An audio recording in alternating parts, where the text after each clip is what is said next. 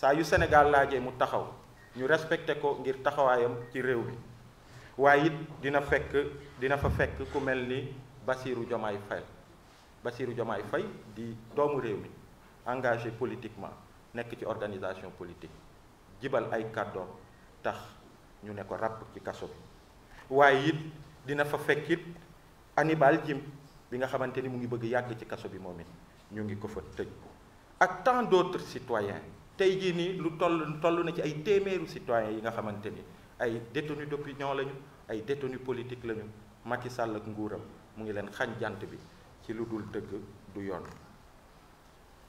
F24 mu ngi jaajëfal di encourager journalistes yi di encourager chroniqueurs yi waaye it di encourager intellectuels yi ak bépp aji bëgg réew bi nga xamante ni mu ngi xeex bés bu yàlla sàkk ci ay intervention médiatique am waaye it ci ay jéego yi muy teg pour que dëgg mu sax ci réew mi pour aar suñu démocratie. bu ñu jógee rassemblement bi ñuy dëgmal incha allah vendredi 12 mai 2023 fële ca place de la nation bi nga xamante ni am na symbolique ndax gis ngeen en 2011 2012 ñi ne ci nguur gi tey àndoon nañu ak ñu bëri ci ñun ñu def fa ay rassemblement yu bëri contre la 3e candidature de Abdoulaye Wade ñoom ay kaddu yu ñu fa am ñu ngi ci ay vidéo tey ñu ngi koy seetaan waaye président Macky Sall ci jëm boppam ñu ngi gis image yu maire Gaddoom bi mu ñëwee keroog Fou Malade bokk ci mouvement Y'en a marre moo ko jox micro pour mu ne non à la candidature de Abdoulaye Wade.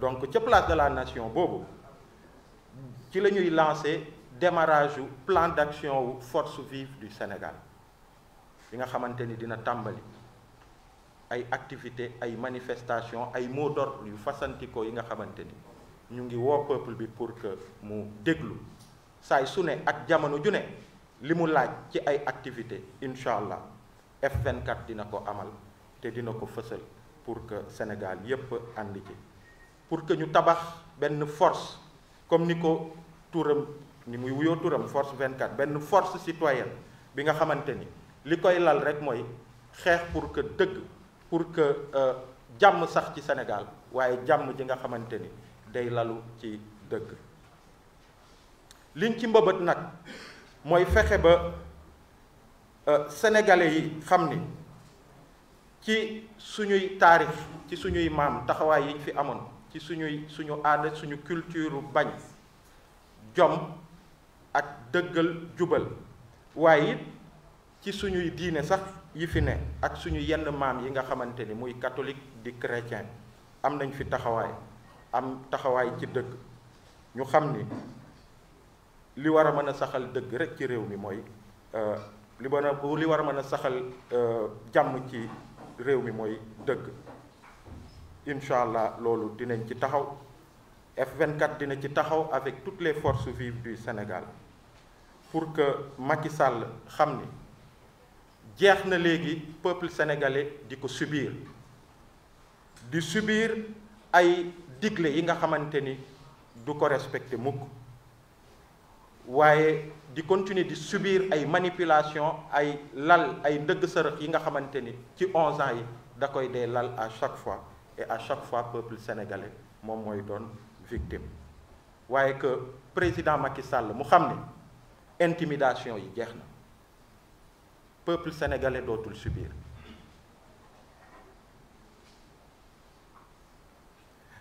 ci ay actions yu légal dans le respect des lois et règlements waaye yu déterminé des actions massives bu dee ay mobilisation lay doon dinañu won àdduna ni Sénégal fa mu newoon ay doomu Sénégal fu ñu newoon ñoo nga fa ba tey suñu démocratie bi nga xamante ni nguur gi mu ngi koy gàkkal di ko nërmeelal que Sénégal ay doomam ay jigéen ak ay góor pare nañu taxaw di maintenir ce flambeau xeex pour que démocratie googu vitrine de cette démocratie en Afrique bi ñuy bàkkee que ñu mën a continuer di ko mériter loolu nag pour que ñu mën ko dinañu fexe ba ci suñuy action waaye suñuy kaddu à travers organisation yi nekk ci F24 personnalité indépendante yu nekk F24 à travers sénégalais yu nekk ci seeni kër jàpp ni F24 cadre la bi nga xamante ni ñépp ñoo ci war a ànd pour que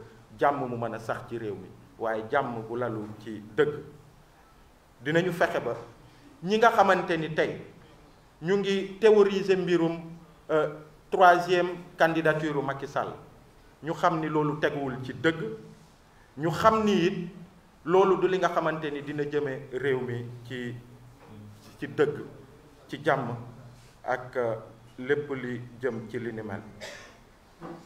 dañuy jeexal rek di rappeler ni F24 dafa juddu gannaaw bu ay jigéen ay góor amee initiative di nasandoo di amal ay waxtaan, ay organisation politique, organisation de la société civile, ay syndicat, ay association, ay mouvement, ay personnalité indépendante waxtaan di booloo di waxtaan di juboo ci ay kaddu ba ñu teg li nga xamante ni moom mooy F24 bi. te képp ku ci engagé wu signé na charte keroog bi ñuy lancé F24 ca résidence Mamoun, waaye tey it bu ñu paree fii dina am ñi nga xamante ni ñu ngi fi dinañu signé charte bi pour engagé wu au sein du F24 xeex ba nga xamante ni article yi nga xamante ni président Macky Sall modifié na ko ba mu permettre ko muy di écarter ay opposants politiques, waaye ñu toll ci guddi yi nga xamante ni am na yeneen opposants politiques yi nga xamante ni aussi ay article code électoral yi Macky Sall modifié tax na du ñu mën a bokk ci élection yi ñu jëm bu dee amuñu taxawaay bi war. waaye it bi ñuy signé charte bi dañu engagé wu ni dinañu fexe ba détenus politiques yi nga xamante ni ay téeméeri ñu ngi ci ay prison ak ay détenus d'opinion te nguur gi tegu ko fenn que ñu bàyyi leen ñu ñibbi ci seeni kër. waaye it bi ñuy signé charte bi ñun ñëpp dañu engagé wu pour am taxawaay pour que président Macky Sall qu'il ne fasse pas moins que ñenn ñi nga xamante ni organisé nañ fi par exemple gis nañ fi code électoral consensuel à l'époque ñu dem ci ay élections en 93 ak yooyu. waaye surtout mu organiser ay élections yi nga xamante ni day tegu ci dëgg, mu doon des élections apaisées, des élections transparentes bi nga xamante ni képp ku ci war a bokk di nga ci bokk. enfin damay feddaliwaat woote bi nga xamante ni F24 mu ngi koy woote di woo bépp sénégalais bi nga xamante ni jàpp nga ni suñu démocratie mu ngi nërmeelu ak suñu constitution bi nga xamante ni mooy suñu charte fondamentale bi ñu boole ñun ñëpp mu tënk ni troisième candidature munu fi ne, que bépp sénégalais comme référendum bi ni ñu voté woon ba wii gagné amul benn sénégalais benn président bi nga xamante ni mun na def plus de 2 mandats consécutifs, en commençant par président Macky Sall moom mii bi muy engagé constitution bi di ko wax. démb maa ngi gis benn fiche bi nga xamante ni ci référendum bi ñu ngi def les différents points yi nga xamante ni moom la ñu war a voter et ci kaw ñu ngi gis question wu candidature bi et il était clair que à partir de réforme boobu que nul n'a le droit de briguer plus de 2 candidatures, commençant par moom sax mi nga xamante ni mooy di président Macky Sall. di woo bépp sénégalais incha allah le 12 à la place de la nation bu 15 heures jotee rassemblement bu historique la ñu bëgg a am keroog.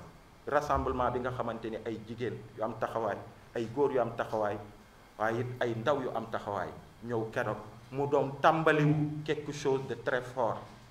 gis nañ fi M23 waaye F24 bii ni mu tàmbalee ñun ñi nekkoon ci M23 xam nañ ni c'est plus massif. donc tàmbali bi le 12 mai la incha allah pour que président Macky Sall mu xam ni dafa war a ci li mu gën a gaaw renoncer à une quelconque idée de 3e candidature ndax baaxul ci réew mi et c'est pas conforme ak suñu charte ndeyu réew li mu teg.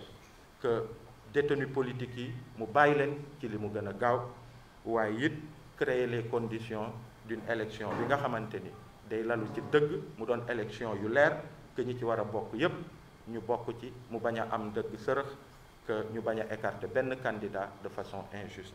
maa ngi leen di jaajëfal bu baax di jéggalu ci wolof yi encore une fois merci beaucoup. C'est bien débrouillé, hein?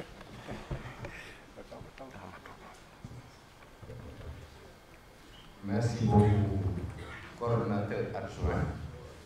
xëy na ñu fàttali rek ne F24 li ko tax a jóg mooy xeex pour un état de droit, xeex pour république, xeex pour que kumba am ndey kumba amul ndey bañ a amati ci suñu réew. te loolu képp ku mu soxal woo nañ la aljuma 12 mai place de l'Obélisque bu ñu jullee ba pare ñun ñëpp ñu tase fa xamal ni que Macky Sall moo dëkk bi république lañ nekkuñu ci royauté. Appel baa ngi noonu woo ñu ñëpp tous les Sénégalais. On va passer aux questions. Une liste sera ouverte, ou en tout cas est ouverte. Voilà.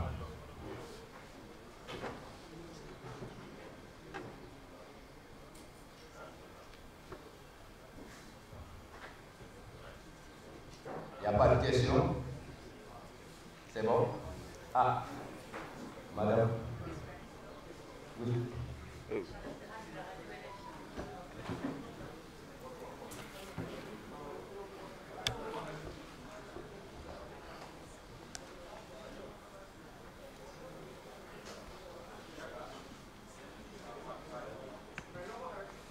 Da ngay jël gum liste. Non, non, juste le nom. Ok. Oui. Qui d'autre?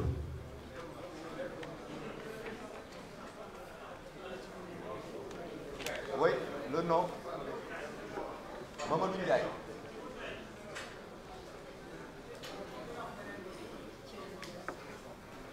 Thiéou Ndiaye. C'est Thiéou. Thiéou Ndiaye. Thiéba. Un autre. Qui d'autre? Oui. Le nom, s'il vous plaît. Maxime.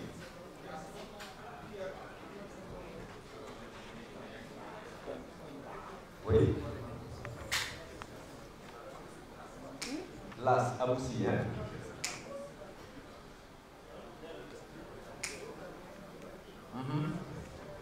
Qui d'autre?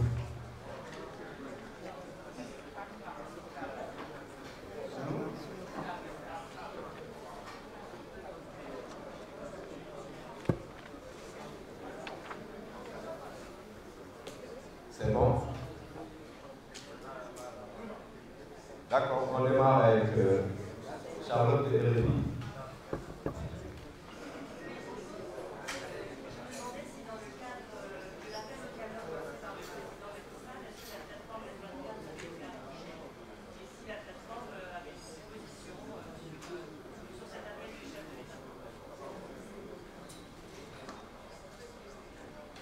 Merci. Thiéou Ndiaye.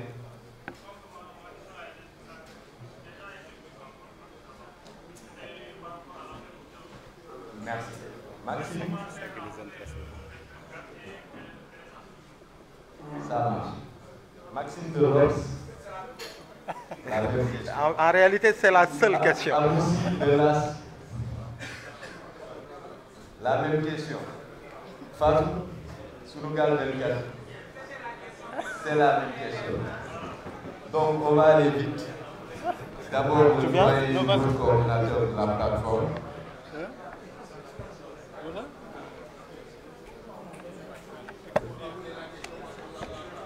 La question. Bon, Est-ce que Non, man, dama dégg, mu ngi sama- a été approché? Est-ce qu'il a été approché? Et quelle est la position de M. La question c'est, est-ce que le F24 a été approché pour le dialogue initié par le président Macky Sall? Et si oui, quelle est la position du F24? C'est bien ça? Merci.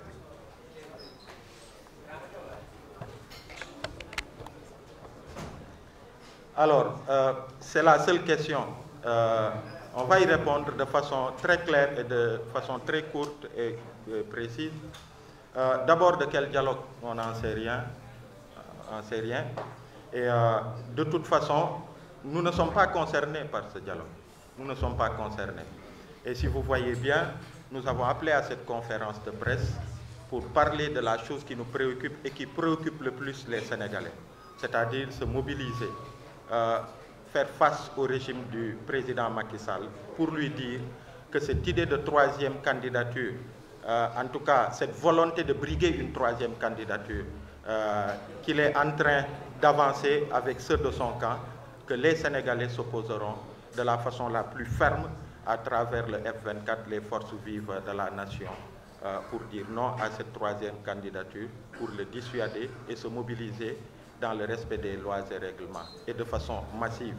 Mais aussi exiger à ce que les détenus politiques, comme on l'a dit dans notre déclaration liminaire, soient libérés au plus vite. Pas plus tard qu'aujourd'hui, je vous dis, un de vos confrères était devant le juge aujourd'hui et a ouverture d'une information judiciaire, Babacar Touré de Kewoulo. Il y a une dame qui est journaliste dans une télé de la place qui est emprisonnée alors qu'elle est à 7 mois de grossesse. Il y a d'autres citoyens qui se sont exprimés sur la marche de notre justice. Des citoyens qui s'expriment sur la gestion du président de la République. De quel droit ils ne peuvent pas s'exprimer sur la perception qu'ils ont de leur justice? Et ces citoyens, ils sont à Rebeuss, ils sont au camp pénal, ils sont à Sébikotane, ils sont un peu partout. C'est ça qui nous importe.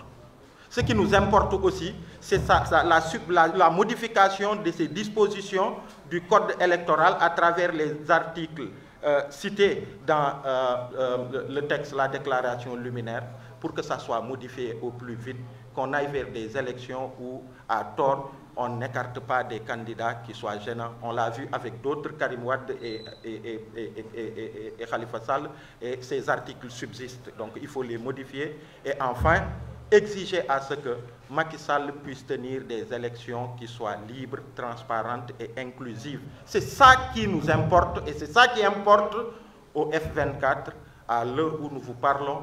C'est de faire cap sur le 12 mai, Inch'Allah, à travers le lancement officiel du plan d'action du F24 qui commence par un grand rassemblement pacifique, massif, mais déterminé, et toutes les actions qui vont venir après. Donc, merci beaucoup.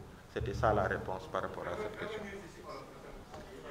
li ma mënoon wax mooy ñuy laaj ci mbirum dialogue ban dialogue xamuñ ci dara lu ñuy wax mooy de toute façon dialogue ñun intéressé wuñu ce dialogue là li ñu intéressé mooy li tax tey ñu nekk fi mooy woote bi nga xamante ni F24 woote na ko le vendredi 12 mai Inch'Allah à la place de la nation di woo citoyens sénégalais yépp bépp sénégalais bi nga xamante ni jàpp na war nañu aar suñu démocratie suñu état de droit bépp sénégalais bi nga xamante ni jàpp na ni suñu constitution Macky Sall daf ko war a respecter ba mbirum troisième candidature bi mu teg ko ci suuf génn wax ak sénégalais yi ne ni comme ni ko constitution bi waxee comme moom ni mu ko waxee waxaat ko bind ko ci téere troisième candidature du ko jéem ndax baaxul ci réew mi ndax bu ko fi yëkkatee ay rek la fiy indi comme ni mu fi indee ay en 2012 comme ni muy indee ay feneen ak feneen ci Afrique que ñu mobiliser wu pour que Macky Sall mu dellu ci ginnaaw mais ñu mobiliser wu aussi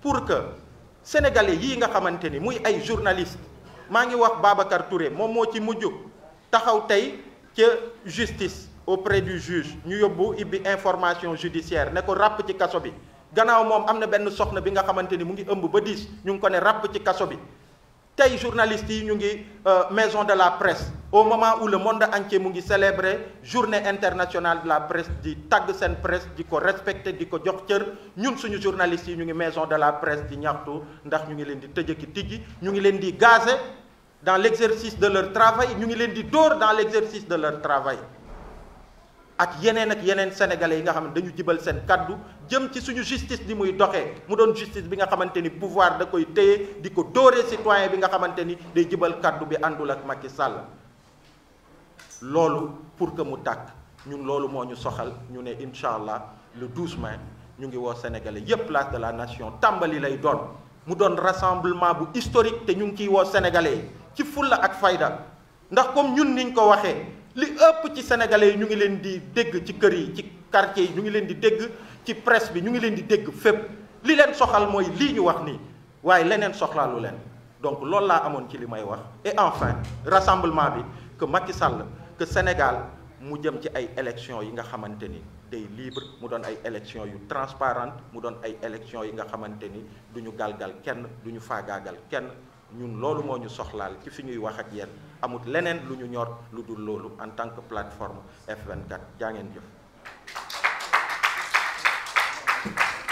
C'était la seule question. C'était la seule question. C'est bon, je pense que c'est bon. Encore merci beaucoup. Merci. Et voilà, on est arrivé au terme de cette conférence de presse. Merci. C'est bon, c'est bon. Très bien. Excellent. Les signataires. Ça t'a permis de revenir sur les points, sur l'appel. J'ai répondu très bien. S'il vous plaît.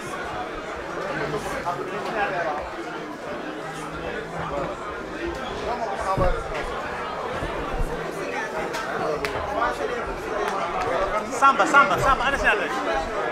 Samba, signataire.